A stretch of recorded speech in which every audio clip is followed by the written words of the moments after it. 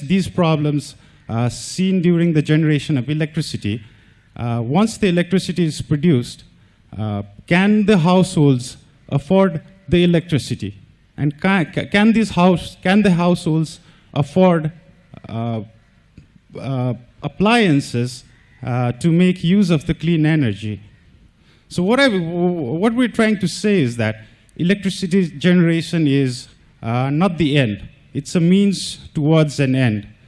So electricity generation should reduce poverty as well, ensure gender equality and social inclusion, and drive innovation and growth while promoting entrepreneurship as well. So this is the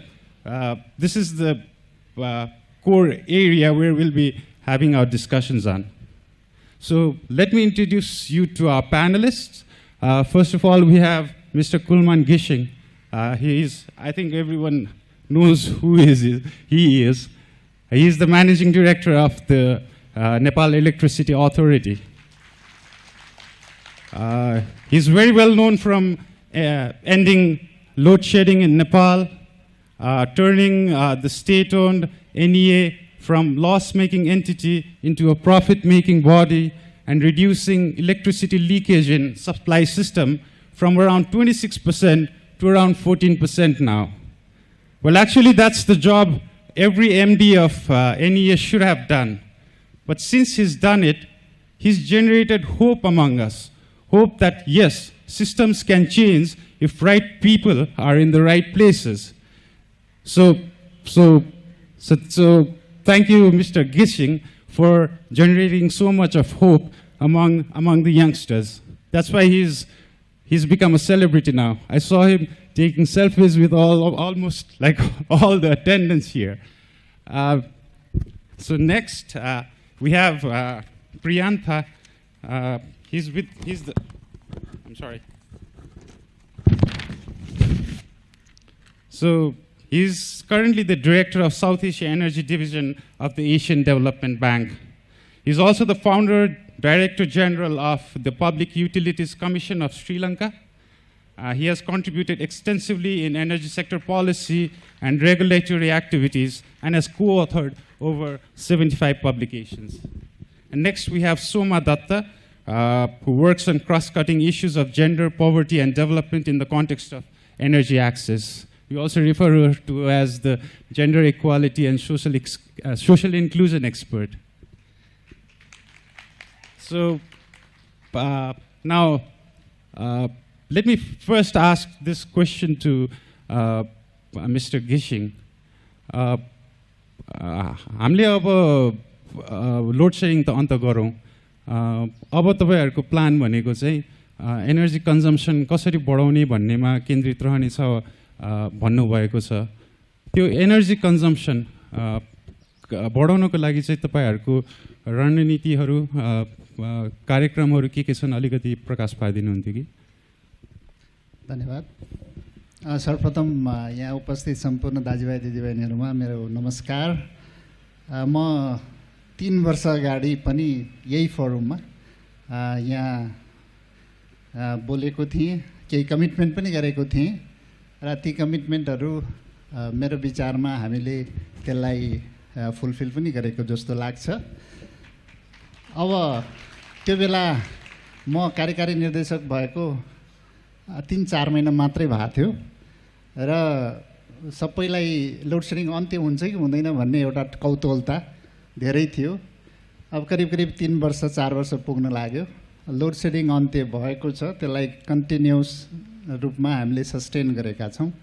यो अब हामी load shedding अन्त्य भन्दा पनि अब कसरी हामीले reliable supply दिने, क्वालिटी सप्लाई दिने र यो जुन सस्टेनेबल डेभलपमेन्ट जुन एसडिजी 2030 को जुन टार्गेटहरू कसरी मिट गर्ने भन्नेमा हामी अगाडि बढेका छौँ.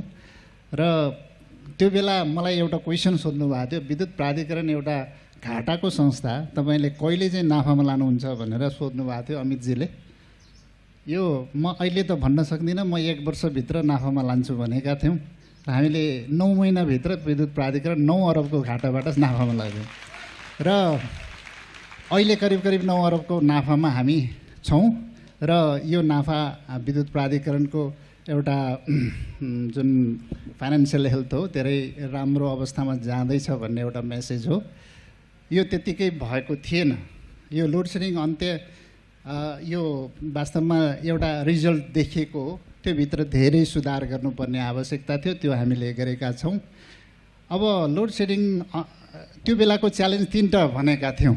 पहिलो च्यालेन्ज भनेको लोड सेडिङ अन्त्य कसरी चाहिँ सस्टेन गर्ने भन्ने थियो भने, र विद्युत प्राधिकरण कसरी नाफामा लाने, र हाम्रो इम्पोर्टलाई कसरी चाहिँ सब्स्टिट्युट गर्ने, अथवा हामी कहिले रिलायन्स इलेक्ट्रिसिटीमा कसरी आत्मनिर्भरता कसरी कहिलेसम्ममा हुन्छौँ भन्ने नै हाम्रो मुख्य 3टा च्यालेन्ज थियो।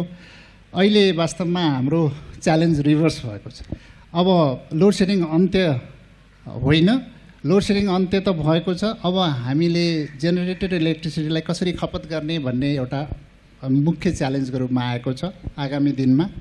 र विद्युत प्राधिकरणलाई फाइनेन्सियली सस्टेन गर्नलाई हामीले धेरै कदमहरू, धेरै राम्रो चाहिँ इम्प्रुभमेन्ट गरेका छौँ।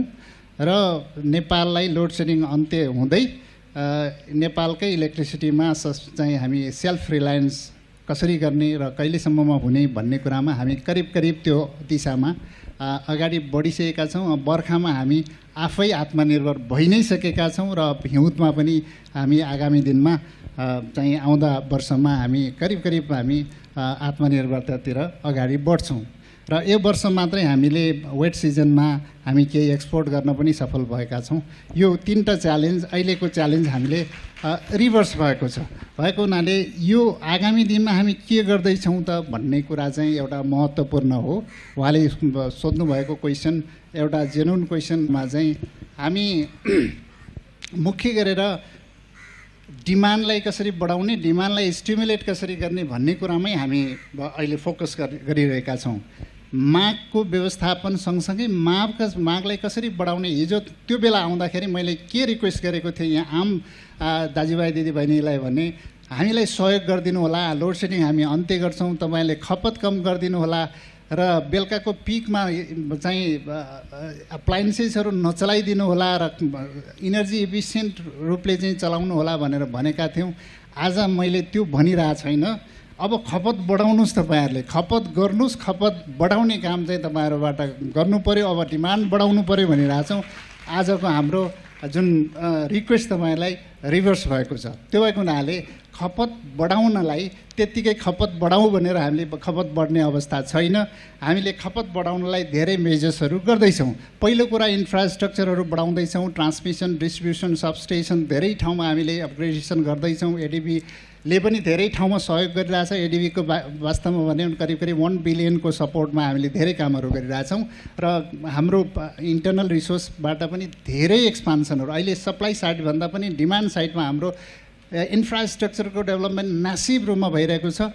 पहिलो कुरा इन्डस्ट्रियल ग्रोथको लागि हामीले चाहिँ लाइन र चाहिँ सबस्टेसनहरूको अपग्रेडेसन गरेर उहाँहरूलाई सप्लाई दिन सक्ने अवस्थामा हामी पुर्याउनु पर्नेछ। त्यो इन्फ्रास्ट्रक्चर डेभलपमेन्टमा हामी लाग्दैछौँ।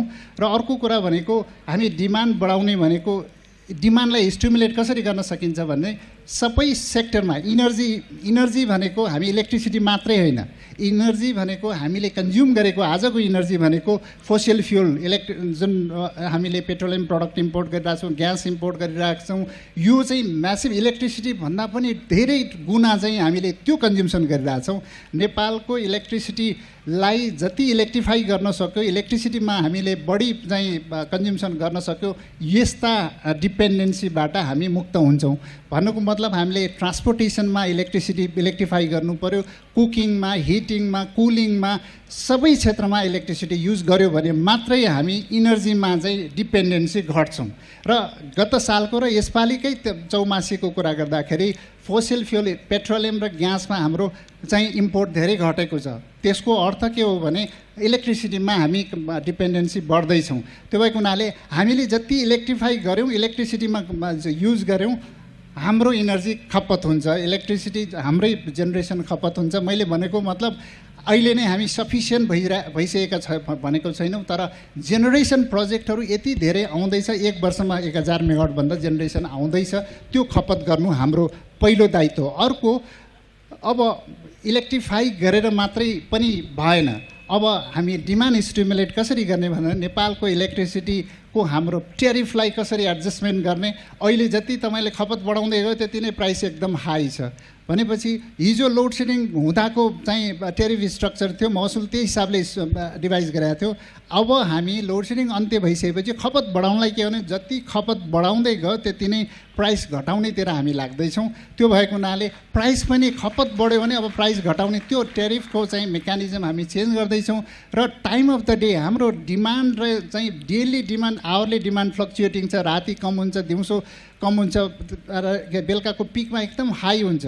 अब प्रत्येक टाइममा हामीले स्पिल इनर्जीलाई म्यानेजमेन्ट गर्नको लागि time of the day tariff, seasonal tariff, बर्खामा धेरै इनर्जी हुन्छ त्यसलाई चाहिँ स्पिल गर्न नदिनको लागि हामीले के गर्नु पर्यो भन्दाखेरि त्यसलाई चाहिँ हामीले सिजनल टेरिफको रूपमा हामी त्यो पनि एक्सर्साइज भइरहेछ।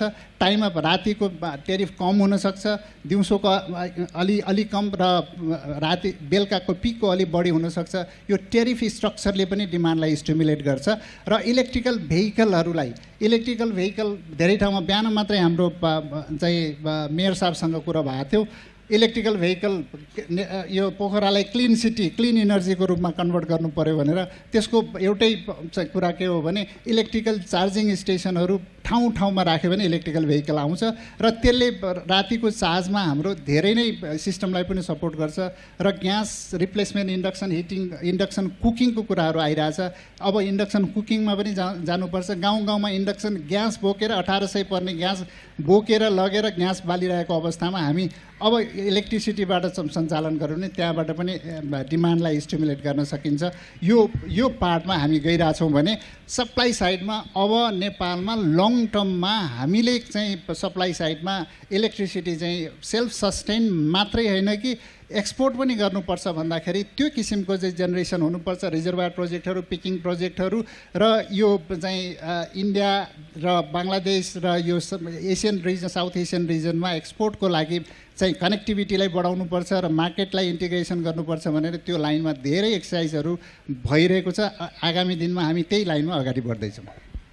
Just to give you a synopsis of what Mr. Ghising said, he just said that earlier NEA used to ask consumers to consume as little energy as possible. Now it's the other way around.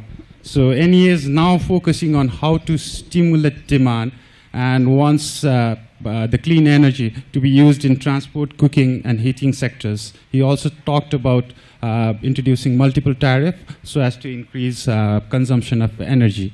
I'm talking about clean energy here, the electricity.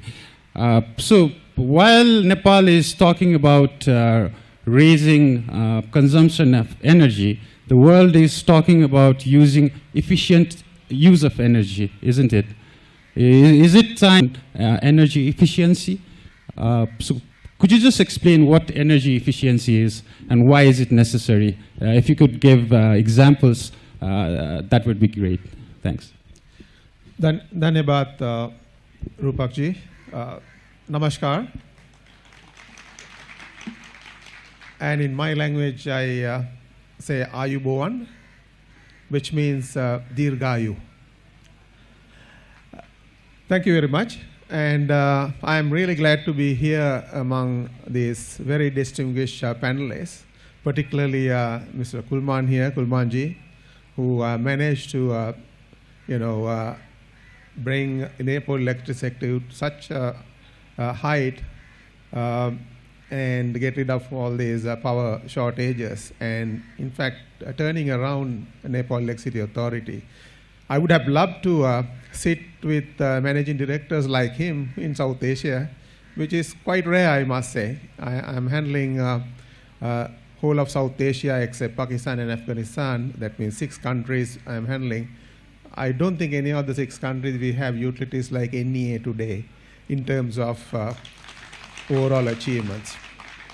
And of course, Soma, I'm really glad to be with her today here.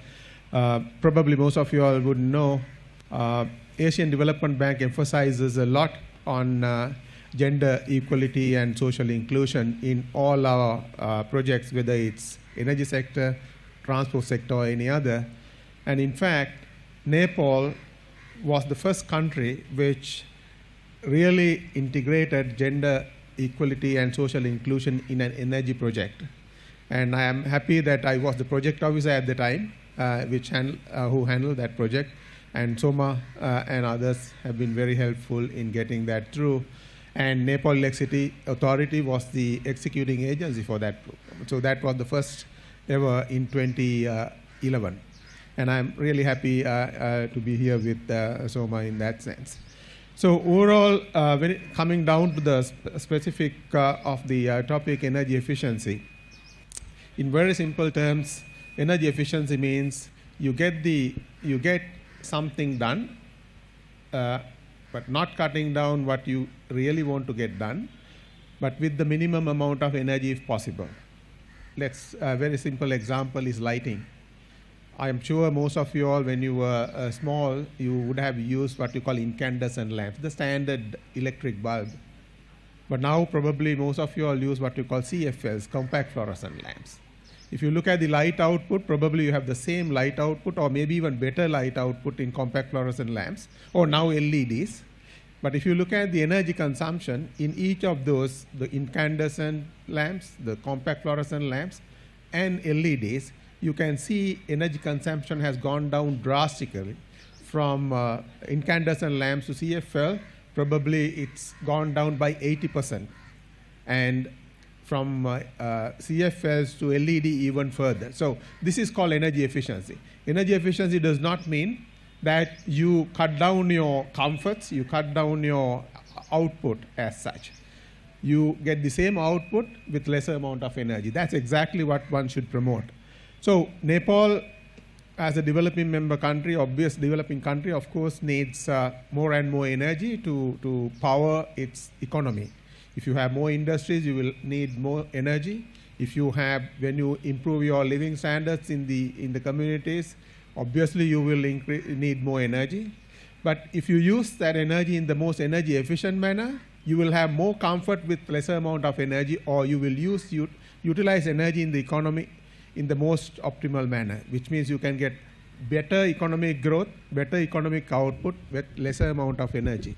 So this is exactly what we really would like to see all our developing countries, including Nepal, which is going to be very good for Nepal. Mm-hmm.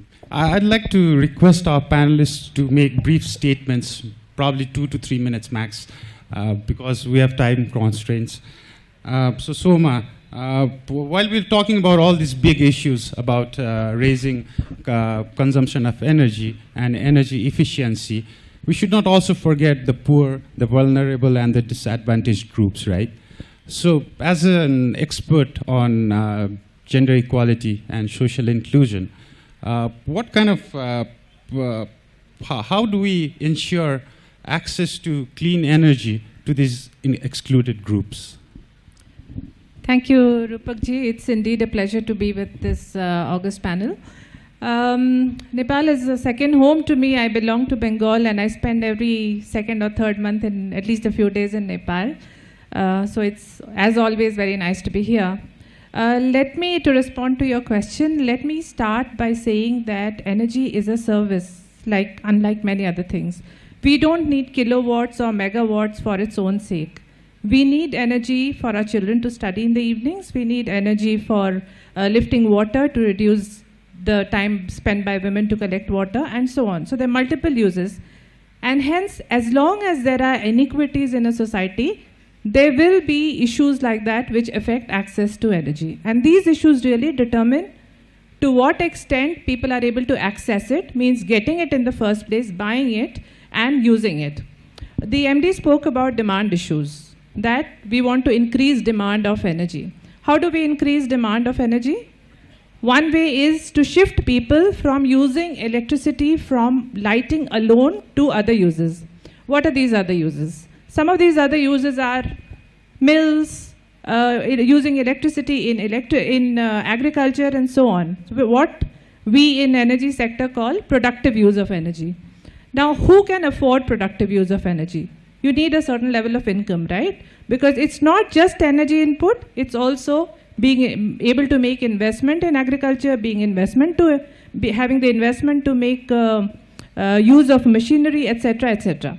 Which is why, again, income issues become important. Another important issue is that in rural areas, you will see typically in a village, it is the central part which is occupied by the relatively well-off people, and it's the outskirts which is relatively less income endowed people. So automatically, by the nature of design that we have of spreading electricity from centralized to going outward, they get disadvantaged. So they make sure that people in the periphery of villages also get electricity, are able to afford electricity, etc.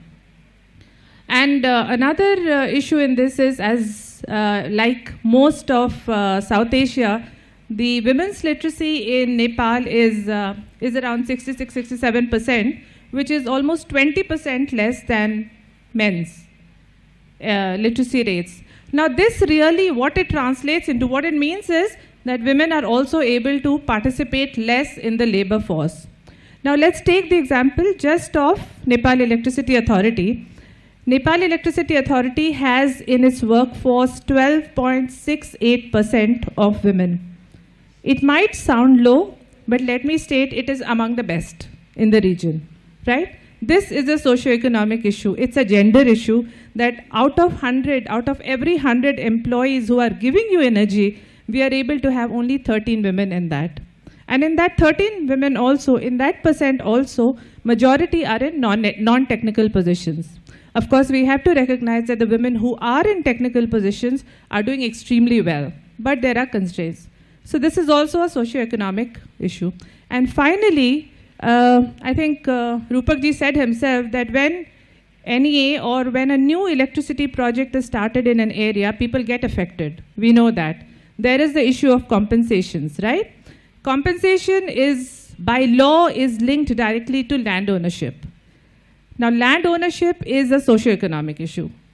All men and all women don't have similar land ownership. So the moment you link compensation to land ownership, there is obviously a skew.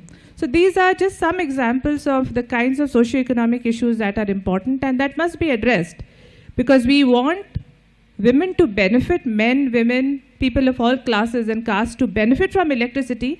We also want all of these people, disadvantaged people, to part of the supply system, part of the cadre that will provide electricity to them. So these are some of the issues. सोमाजीले भर्खरै अब पिछडिएका समूह महिलाहरूमा चाहिँ अब ऊर्जाको access to energy अब कसरी बढाउन सकिन्छ, के गरेर अघि बढ्न सकिन्छ भनेर अलिकति कुरा गर्नुभयो। तर यही पछाडिको हाम्रो एउटा, म तपाईँलाई एउटा डेटा भन्न चाहन्छु कुलमान घिसिङज्यूलाई। हाम्रो अहिले तपाईँहरूकै गत वर्षको वार्षिक प्रतिवेदनमा के उल्लेख गरिएको थियो भने 87% घरहरूमा चाहिँ अहिले बिजुलीको एक्सेस छ, तर 80% हाम्रो 80% ऊर्जा चाहिँ हामीले केबाट निकालिरहेका छौँ भनेपछि बायोमास, जुन चाहिँ काठ, दाउरा, गुइठाहरूबाट नै अहिले पनि हामी त्यसैमै निर्भर छौँ। धेरै ठुलो प्रपोर्सन भनौँ न एनर्जी जेनेरेसनको उसमा। अब यसले गर्दाखेरि घरहरूमा अब स्वास्थ्यको समस्याहरू पनि ल्याइरहेको छ, विशेष गरी महिलाहरूमा, र जसले चाहिँ क्लिन एनर्जी चाहिँ किन्न सक्दैनन् त्यस्तो घर परिवारहरूमा क्रोनिक ब्रोन्काइटिस, ट्युबरकुलोसिस, यो रोगहरू यही कारणले, यो इन्डोर पोल्युसनको कारणले पनि निम्ताइरहेका छौँ हामी।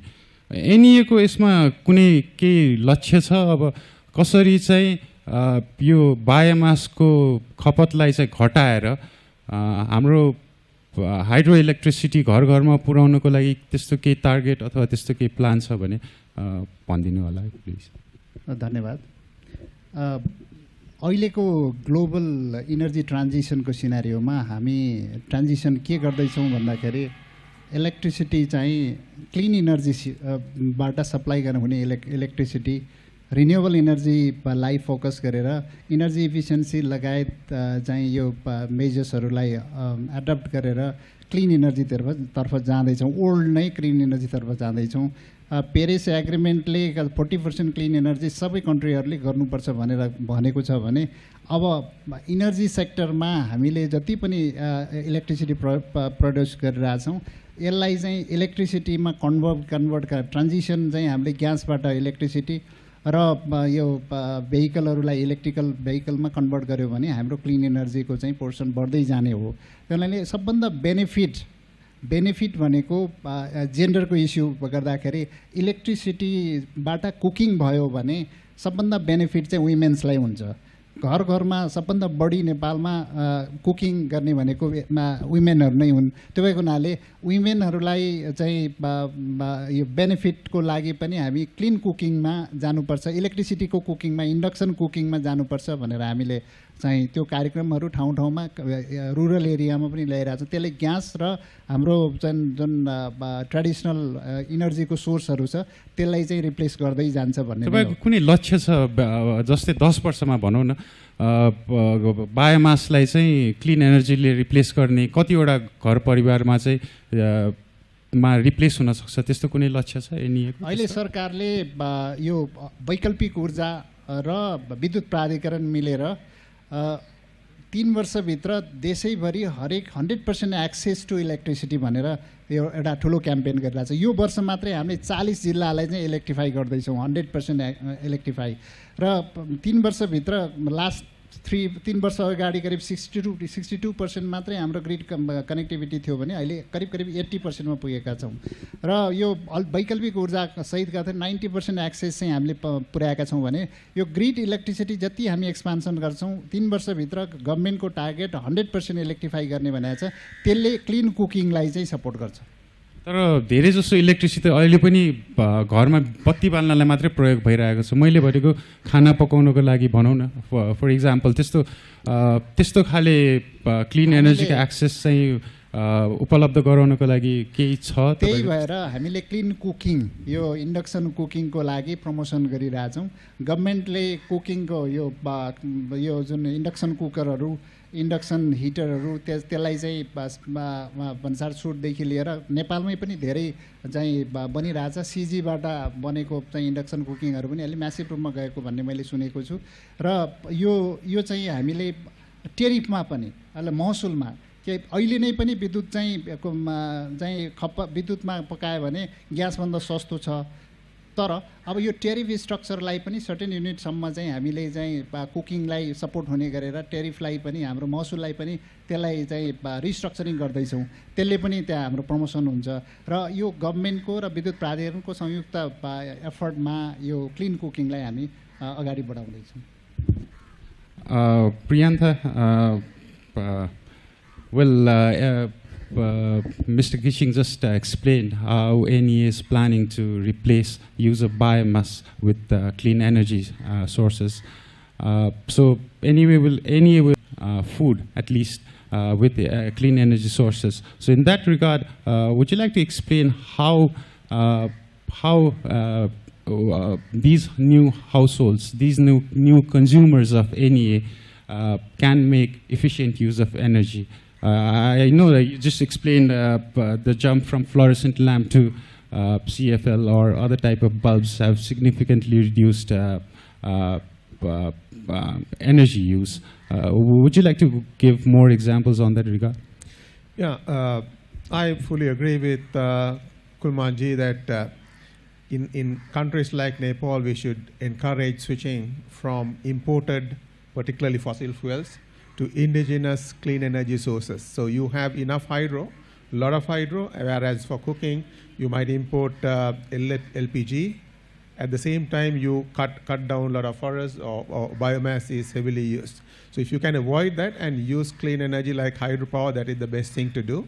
And even though hydropower comes internally as an indigenous source, the more efficient use of hydropower, the better it is going to be in the household. This can be done, as Kulman ji explained, with, for instance, induction cookers. Induction cookers are very efficient as against typical, cookers we have using resistances. So you can find a lot of technologies which can be very efficient and in cooking, and I think we should encourage that.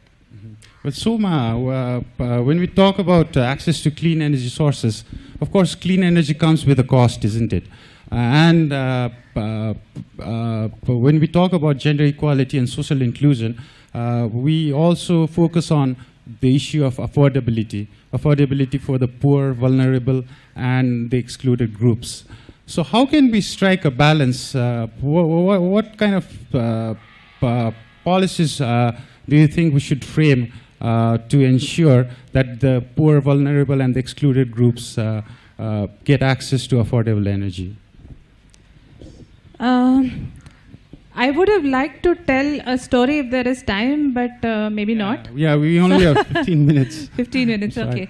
So specific strategies that will help to increase affordability, right? So the first is there are two parts of electricity access. One is getting the connection in the first place, and second is regular payments, which you do, which is called the tariff. So connection cost is usually a big problem. And for connection costs, what many countries have done, including Laos, which is a very good example of having a revolving fund which will give interest-free loans to the poor to access electricity, which is paid up over a period of, in Laos it was 38 months, but it doesn't have to be. So that is one strategy that has worked. So you basically break down the connection cost into smaller, more digestible installments. The second commonly used strategy is what the MD already said is demand management. So people are able to pay better for electricity if they are using it for something more than lighting, which is called productive use of energy. So how do you graduate people from using only electricity only from lighting to using it for income generation, for sawmills, for agriculture, for horticulture, for all of that? For that, you need to make linkages with these other sectors, work with the other sectors so that electricity can be can make an input into that. The third strategy that has worked in some areas is to involve local people in collections. And I would like to give a small example from Tata Power in India, which is working in, which is a distribution company working in Delhi, and it is working in slums, and they had a huge problem in collections because people were stealing, people were not paying back, people were actually harassing the company officials and so on. So they engaged a group of 1,000 women as part of their team to collect, and this really increased the revenue collection. So this is not affordability directly, but it's an indirect measure of improving the efficiency and how the utility functions. So these are some ways in which it can be done. म कुलमानजीलाई फेरि एकचोटि अर्को प्रश्न सोध्न चाहन्छु. अघि तपाईँले यो इन्डक्सन कुकरको कुरा गर्नुभयो. अब घर घरमा जुन चाहिँ यो बायोमास हटाएर चाहिँ इलेक्ट्रिसिटीको एक्सेस भयो भने चाहिँ इन्डक्सन कुकरले खाना पकाउन सक्ने. म तपाईँलाई एउटा सिनारियो मात्रै एक्सप्लेन गर्न चाहन्छु. भनौँ हामीले के हाम्रो देशले चाहिँ अब अहिलेको स्थितिमा हामीले इन्डक्सन कुकर लिने हो भने त हामीले इम्पोर्टै गर्नुपर्छ होला हैन. भनौँ सरकारलाई चाहिँ दुईटा कम्पनी बाहिरको विदेशको कम्पनीलाई नेपालमा बोलाएर यहीँ इन्डक्सन कुकर बनाउन दिने. दुईटा कम्पनी किनभने प्रतिस्पर्धा होस् भनेर, र उनीहरूलाई चाहिँ के भन्ने भने 5 वर्षसम्म अरू कुनै कम्पनी पनि आउँदैन, र उनीहरूले उत्पादन गरेको इन्डक्सन कुकरमा चाहिँ सरकारले सब्सिडी पनि दिने. तपाईँहरूले सब्सिडीको कुरा पनि गरिराख्नु भएको थियो होइन पहिला एनइएले इन्डक्सन कुकरको लागि. के त्यो सम्भव छ? त्यसले गर्दाखेरि चाहिँ हाम्रो इन्डस्ट्रियल बेस पनि स्ट्रङ हुन्छ र अझ ऊर्जाको खपत पनि त बढ्छ होला नि होइन? होइन, अहिले चाहिँ इन्डस्ट्रीहरू के अरे इन्डक्सन कुकरहरू बनाउने म्यानुफ्याक्चरिङ कम्पनीहरू छन् नेपालमा, अहिले पनि छन्, गरि नै रहेछन्. अब त्यसलाई मास प्रोडक्सन कसरी गर्ने र त्यसलाई कसरी फेसिलिटेट गर्ने भन्ने सरकारको एउटा पोलिसीको विषयमा अब कसरी त्यसलाई मार्केटलाई एस्योर कसरी गर्ने भन्ने कुरा हामी सरकारसँग बसेर सरकारको एउटा पोलिसी आउने कुरा छँदैछ। अब आगामी दिनमा त्यो पोलिसीहरू चाहिँ फ्रेम भएर आउँछ नै। यो अर्को सानो तपाईँलाई फेरि यो जस्तो अहिले अब अरू सामानमा कुरा गर्दाखेरि जे चिज हामी थोकमा किन्छौँ त्यसमा चाहिँ थोरै पैसा पर्छ होइन, थोकमा जे चिज किन्यो भने पनि थोरै पैसा पर्छ। तर बिजुलीमा चाहिँ त्यो छैन। यो मैले इन्डस्ट्रिजहरूको कुरा गरेको, इन्डस्ट्री जसले चाहिँ तपाईँहरूको रेभेन्यूको 40% कन्ट्रिब्युट गर्छ होइन तपाईँहरूको रेभेन्यूमा इन्डस्ट्रिजले, उनीहरूलाई नै अहिले सबैभन्दा महँगो बिजुली किन्नु परिरहेको छ। योमा चाहिँ तपाईँको धारणा के छ यसमा चाहिँ? इलेक्ट्रिसिटी इन्डस्ट्रीलाई महँगो भन्ने होइन। अब अहिले हाम्रो डेडिकेटेड विगत चाहिँ समयमा यो लोड सेडिङको बेलामा चाहिँ डेडिकेटेड फिडरहरू लिएकोलाई चाहिँ केही महँगो हो। तर इलेक्ट्रिसिटीको अहिलेको हाम्रो नर्मल रेट भनेको महँगो छैन। राति 4 रुपियाँ 15 पैसामा छ। राति चाहिँ करिब 6 घन्टा प्रयोग गर्नेले 4 रुपियाँ 15 पैसा मात्रै छ। एभरेज रेट चाहिँ करिब 7 रुपियाँ 65 पैसादेखि 9 रुपियाँ 50 पैसासम्म छ। त्यो इन्डस्ट्री नेपालको इन्डस्ट्रीको चाहिँ प्राइस चाहिँ अरू ग्राहकको भन्दा कमै छ। कन्ज्युम्सन बढाउँदै जानुपर्ने स्थिति आउँछ। नेपालको हाइड्रो पावर चाहिँ सस्तो हुँदै जान्छ किनभने अब हाइड्रो पावरको चाहिँ अपरेटिङ कस्ट हुँदैन। त्यो बेला हामी प्राइस अझ पनि चाहिँ एडजस्टमेन्ट गर्न सक्छौँ। धन्यवाद। Well, Priyantha, I just asked Mr. Ghising, shouldn't NEA be selling electricity to bulk buyers like industries at cheaper cost? Well, in this context, let me quote a statement from Policy Brief gathered from 2018 UN High-Level Political Forum. It said, no country has gone from poverty to prosperity without making electricity affordable and available in bulk for productive uses. Do you agree on this? And could you please give South Asian context and how we should move forward? Yeah, productive use of electricity is extremely important. That's the one which eventually gives some economic development in the country. At the same time, affordability should be looked after, particularly the poorest section of the society should be given what we call lifeline tariffs. Usually in the electricity industry, it is looked after, both these sides. Industries are usually getting electricity at the cost, and electricity cost, we try our best to bring it to the minimum as possible. At the same time, lifeline tariffs are provided to look after the affordability. I think this is how almost all the South Asian countries work, and even for that matter, even the developed countries work. So I think it's nothing new, and the electricity industry carefully follow that. And if you look at the regulators, they always try to look after that. Well, we're almost out of time now. I'd like to open the floor for questions.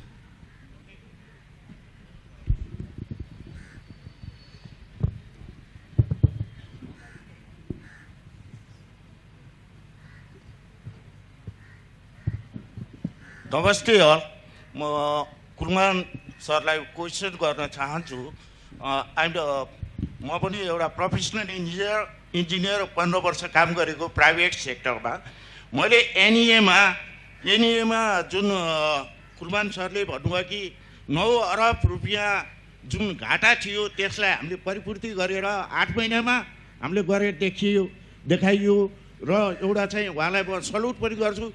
No load shedding भन्ने जुन उहाँले चाहिँ एनईएले no load सेडिङलाई देखाइदिनु भयो, त्यसको लागि उहाँलाई बहुत सल्युट छ। म उहाँलाई सानो एउटा क्वेसन सोध्छु। तपाईको नो लाइट सेक्सन, जहाँ कि नो लाइट सेक्सन एउटा यस्तो भएको छ कि राति 10 बजेपछि नो लाइट स्टेसनमा फोनलाई बाहिर राखेर अनि व्यक्ति त्यो टेक्निसियन अथवा सुपरभाइजर को हो त्यसले चाहिँ तपाईको निधाएर बसेको देखिएको छ। हेर्नुहोस्, संक्षिप्त गरिदिनु होला है प्रश्न। अब नम्बर 2 अब आयो डेडिकेटेड लाइन भनेको हस्पिटललाई इमर्जेन्सी केसहरू जहाँ कि अति आवश्यकता चिजहरूलाई मात्रै डेडिकेटेड लाइन दिन्छ, जहाँ कि यहाँ चलखेल भएर डेडिकेटेड लाइनहरू अरू क्षेत्रका लागि दिएको हुनाले यसलाई निराकरण तपाईँको पिरियडमा निराकरण गर्नै पर्छ। तेस्रो क्वेसन अर्को मेरो तेस्रो क्वेसन छ T1, T2, T3। जुन कि टिओडी मिटर छ। तपाईँको एनइएको इन्जिनियरहरू शाखा शाखामा छ। हेर्नुहोस् के भन्छ, लेक साइडमा जस्तै छ पो त्यहाँ लेक साइडको फिडरमा लोड बढी गयो तसर्थ हामी दिन सक्दैनौँ भन्छन्। तपाईँको एनइएमा 5-6वटा पोलिटिकल पार्टीहरूका सङ्गठनहरू छन्। ती सङ्गठनका झुन्डहरूलाई समात्यो भने तुरुन्त हुन्छ, सेटिङमा हुन्छ।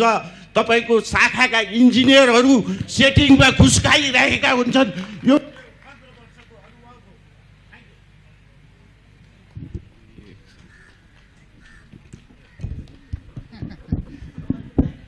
धन्यवाद।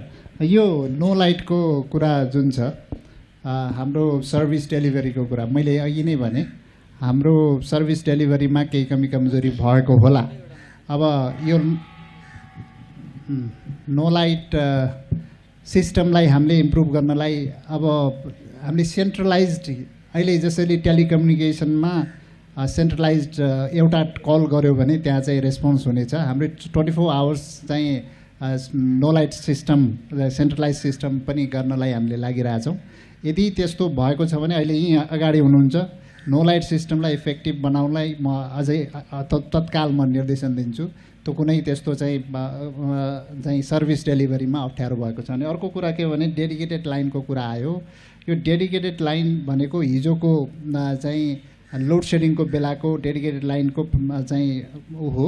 अब यसलाई प्राइस पनि महँगो थियो। अहिले हामीले प्राइस पनि डेडिकेटेडको प्राइस हटाउनको लागि हामीले पठाएका छौँ। यो देशै लोड सेडिङ नभएपछि देशैभरि डेडिकेटेड हो। अब डेडिकेटेड भनिरहनु पर्दैन, यो देशैभरि डेडिकेटेड, सबैलाई डेडिकेटेड हो। त्यो भएको हुनाले यो डेडिकेटेडको पनि त्यति चाहिँ इस्यु आउँदैन। अब बाँकी कुरा चाहिँ हामीले जुन हिसाबले सर्भिसलाई हामीले दिन खोजिरहेछौँ, मैले अघि नै भने हाम्रो रिलायबिलिटी, क्वालिटी र सर्भिस डेलिभरीलाई इम्प्रुभ गर्ने हाम्रो चाहिँ टार्गेटहरूलाई मिट गर्दैछौँ, इम्प्रुभ गर्दैछौँ। हिजोको अवस्थामा मिटर चाहिँ बाँड्नलाई नै कति गाह्रो हुन्थ्यो स्थिति थियो। अहिले हामीले चाहिँ 3 वर्षमा करिब 12 लाख मिटर बाँडेका छौँ। अब रिलायबिलिटीको कुरा यो लेखनाथ एरियामा बिहान पनि मैले चाहिँ हाम्रो के अरे नगरपालिका प्रमुखज्यूसँग कुरा गरेँ र हाम्रो शाखा प्रमुखहरू पनि यहीँ हुनुहुन्छ। किनभने यो रिलायबिलिटीको प्रब्लम छ, तर यहाँ चाहिँ ट्रान्सफर्मर लोड त बढिरहेछ। ट्रान्सफर्मरहरू अपग्रेड गर्नुपर्छ, चेन्ज गर्नुपर्छ, राख्नुपर्छ। तर ट्रान्सफर्मर राख्ने ठाउँ कसैले दिएको छैन, कसैको घर अगाडि ट्रान्सफर्मर राख्न दिएको छैन। अब यसमा चाहिँ यहाँहरूको पनि सपोर्ट चाहिन्छ र भनेर मैले चाहिँ नगरपालिकाका प्रमुखज्यूलाई भनेका छौँ। ट्रान्सफर्मर अपग्रेड गर्ने, मिटरहरू बाँड्ने र 3 फेज मिटरलाई सहज रूपमा वितरण गर्ने भनेर हामीले जुन क्याम्पेन चलिरहेछ, यो आगामी दिनमा धेरै सहज हुन्छ। तपाईँहरूको पनि सहयोगको आवश्यकता। अरू कोही हुनुहुन्छ प्रश्न? मेरो एउटा प्रश्न, म उपेन्द्र अधिकारी, उज्यालो नेपाल अर्थात् कुलमान घिसिङज्यूलाई मेरो प्रश्न। सम्भवतः 9 महिनामा उत्पादन बढेन होला र पनि लोड सेडिङ हट्यो। यसको पछाडि तपाईँको कुनै लोभ भएन अथवा डर भएन? के का कारणले गर्दाखेरि लोड सेडिङ हट्यो?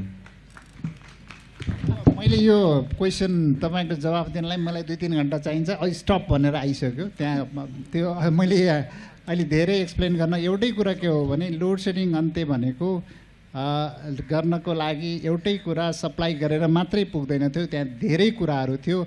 डिमान्ड साइडको म्यानेजमेन्टको कुरा थियो, सप्लाई साइडको म्यानेजमेन्टको कुरा थियो र त्यो भित्र इन्टेग्रिटीको कुरा पनि तपाईँले डिस्क्रिमिनेसन गरिरहेको थियौँ। त्यसलाई कसरी चाहिँ सप्लाईलाई चाहिँ युनिफर्म रूपमा कसरी सप्लाई गर्नुपर्ने थियो, त्यो धेरै कुराहरू छन्। त्यो भित्र हामीले धेरै चाहिँ इम्प्रुभ गरेर लोड सेडिङ अन्त्य गरेका हौँ र अहिले हामी त्यो अवस्थामा, हिजोको अवस्थामा हामी अहिले छैन। अन्तिम प्रश्न कोही सोध्न चाहनुहुन्छ?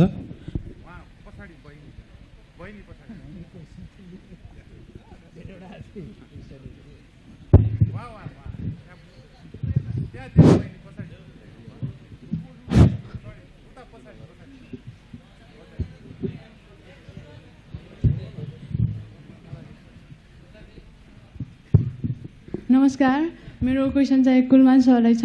जुन अहिले चाहिँ इनर्जी ब्याङ्किङको कुराहरू आइरहेछ, हाम्रो नेपाल र इन्डिया बिच इनर्जी ट्रेड हुने कुरा, अनि त्यो चाहिँ अब इन्डियामा चाहिँ अहिले पनि 3 लाख अराउन्ड चाहिँ जेनेरेट भइरहेको 3 लाख मेगावाट अराउन्ड अनि नेपालको चाहिँ इनर्जी प्रोडक्सन चाहिँ एकदम त्यसको कम्पेरिजनमा चाहिँ लो छ र सो हामीले चाहिँ इन्डियालाई चाहिँ त्यति धेरै प्रोडक्सन भइरहेको अनि तिनीहरूको चाहिँ प्रोडक्सन रेट पनि त्यति एकदम फास्ट छ नि त अनि त्यस्तो ठाउँमा चाहिँ हामीले उनीहरूलाई 2-3 मेगावाट उनीहरूसँग ट्रेड गरेर त्यो चाहिँ हाम्रो नेपाललाई चाहिँ कति फाइदा हुन्छ र यो चाहिँ इनर्जी ब्याङ्किङ चाहिँ नेपाल र इन्डिया बिचमा चाहिँ कतिको फिजिबल छ यो कुरा एक्सप्लेन गरिदिनुहोस् थ्याङ्क यू यो डिमान्डको कुरा गर्दाखेरि यो रिजनमा डिमान्ड त्यति धेरै छैन अब नेपालको डिमान्ड पर क्यापिटा कन्ज्युम्सनबाट देखिन्छ हाम्रो पर क्यापिटा कन्ज्युम्सन पनि 250 युनिटको हाराहारीमा छ भने इन्डियाको करिब 1100-1200 युनिट पर क्यापिटा कन्ज्युम्सन हुन्छ वर्षको जबकि चाइनाको हेर्ने हो भने करिब 4500 युनिट पर क्यापिटा एकजना व्यक्तिले वर्षभरिमा त्यति खपत गर्छ चाइना एक्लैले 13 लाख युनिट 13 लाख मेगावाट खपत गर्छ भने इन्डियामा अहिले 3 लाखको जेनेरेसन छ तर 2 लाखको हाराहारीमा खपत गर्छ भन्ने जुन कुरा आएको छ यो भनेको के हो भने तपाईको हाम्रो इलेक्ट्रिसिटी हाइड्रो पावरको मार्केट छैन भनेर जुन आइरहेछ अहिले अघि नै भने एउटा कुरा चाहिँ डिमान्ड ग्रोथ जुन हिसाबले आइरहेछ त्यो डिमान्ड मिट गर्नै पर्छ र अर्को कुरा चाहिँ अघि चाहिँ क्लाइमेट चेन्जको हिसाबले क्लाइमेट चाहिँ एग्रिमेन्ट जुन छ त्यसमा चाहिँ रिन्युएबलमा जानुपर्छ भनेर चाहिँ आएको छ 40% इनर्जी रिन्युएबल गर्नको लागि नेपालको हाइड्रो पावर बिना यो रिजनको चाहिँ रिन्युएबल त्यो टार्गेट मिट गर्न सक्दैन बङ्गलादेशको 1% को हाराहारीमा चाहिँ रिन्युएबल इनर्जी छ सबै चाहिँ यो थर्मल र यो ग्यासबाट छ त्यो हुनाले रिन्युएबल इनर्जी सप्लिमेन्ट गर्न प्लस चाहिँ तपाईको धेरै चाहिँ सोलर चाहिँ आइरहेछ सोलरलाई चाहिँ कम्प्लिमेन्ट गर्नलाई पनि किनभने बेलुकाको पिकमा दिउँसो त सोलरले दिन्छ बेलुका कसले दिन्छ त त्यो पिकिङको चाहिँ लागि हाइड्रो एकदमै जरुरी छ हाम्रो नेपालको हाइड्रो पावरको मार्केट रिजनल मार्केटमा पनि छ नेपालमै मार्केटमा चाहिँ हामीले जति जेनेरेट गर्न सक्छ त्यो खपत गर्न सक्छौँ इनर्जी ब्याङ्किङ भन्नुहोस् ट्रेडिङ भन्नुहोस् सबैबाट फिजिबल छ Well, with that note, I'd like to end this panel discussion. Thank you, all the panelists, and thank you, audience, for being here with us.